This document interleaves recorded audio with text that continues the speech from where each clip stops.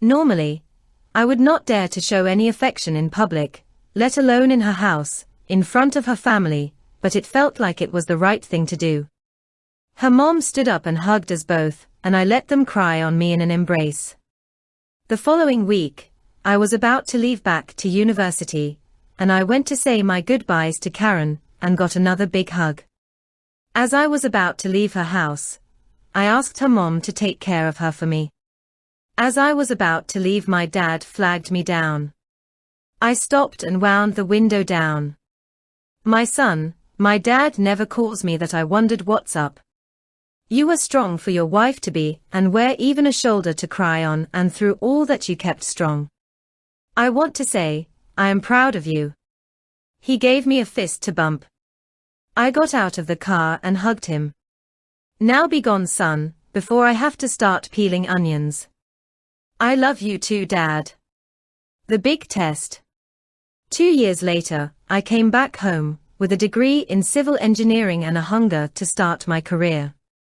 I found a job even before I graduated, so the plan was to drive home and whisk my wife-to-be to a new married life. We got married in a small setting with family and friends. We flew out to an exotic island for our honeymoon. The plan was to explore the island and act as real tourists. But as we gave our virginity to each other, we ended up staying in the room exploring our bodies from head to toe for a whole week and a half, only leaving the room to go and eat and then running back to the room to do even more in-depth studies. We settled to life well after. We bought a little bungalow not too far from home. I told my wife I would love to have twins one day, and we tried. 4 children later, we unfortunately didn't quite get there. But hey, life is good. I go to work and the wife is now full-time at home with the kids.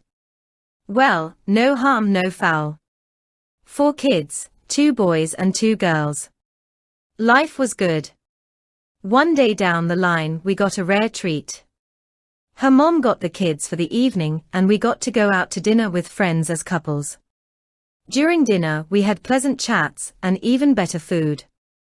But one thing I noticed chatting with the lads was that they were incompatible sexually. Most would say early days was great, beds were broken and good mileage was had, but after getting closer to their feminist friend who is divorced and very bitter towards men, has convinced them to think of the men being lucky for being with them and generally spewing a lot of venom towards them. I felt horrified and really bad for them. I couldn't even share with them that we are using the doctor's recommendation of 5 times a day keeps the doctors away. Even with kids. Unfortunately, while us guys were talking, the ladies were talking as well, and my darling wife was introduced to the rotten apples ideas. From that day onwards, I noticed her withdrawing from me slowly but surely.